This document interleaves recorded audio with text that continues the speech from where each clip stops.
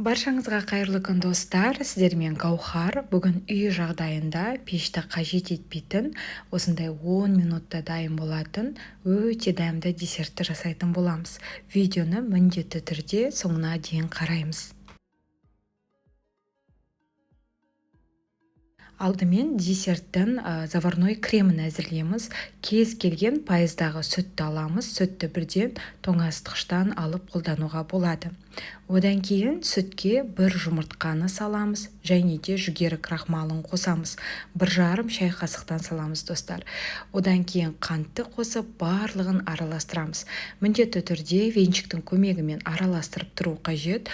Сол кезде біздің кремде ешқандай түйіршік болмайды. Бір 5 минуттан кейін крем жәймендеп қоюланып бастайды. Сол кезде сәл ғана сары майды қосып, тағы да араластырамыз. Крем дайын болды. Енді өзіңізге ұнайтын кез келген печеньені алсаңыз болады. Менде топленый печенье.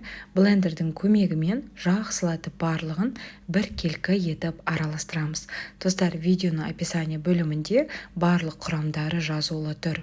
Мінекей жақсылатып енді печеньемізді ұнтатып болғаннан кейін печеньеге ерітілген сары майды қосамыз. Сары майды су моншасында немесе микроволновкада ерітіп алуға болады. Менде майлығы 72% сары май. Қасықтың көмегімен барлығын бір келкі етіп осылай араластырамыз.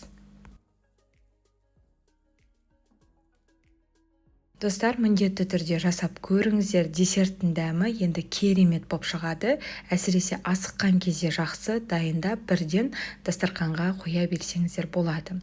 Енді десертницаға 2-2,5 ас қасықтан осылай печеньемізді салып, жақсылатып осылай үстін басып шығамыз.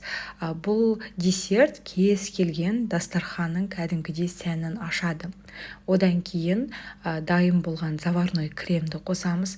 Заварной кремнің орнына сливки мен творожный сырды да араластырып салсаңыздар болады. Бірақ та білме, маған бұл десерт заварной креммен өте қатты ұнады. Одан кейін бананды қоссаңыздар болады.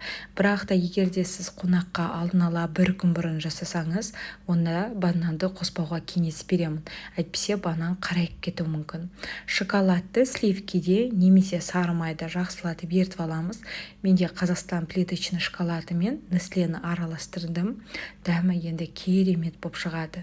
Дайын болған десертті 1 сағатқа тоңазытқышқа салып қоямыз. Міндетті түрде достар жасап көріңіздер. Сонымен қатар менің YouTube каналыма да тіркелуді ұмытпаймыз. Сіздермен бірге болған Гаухар ас болсын.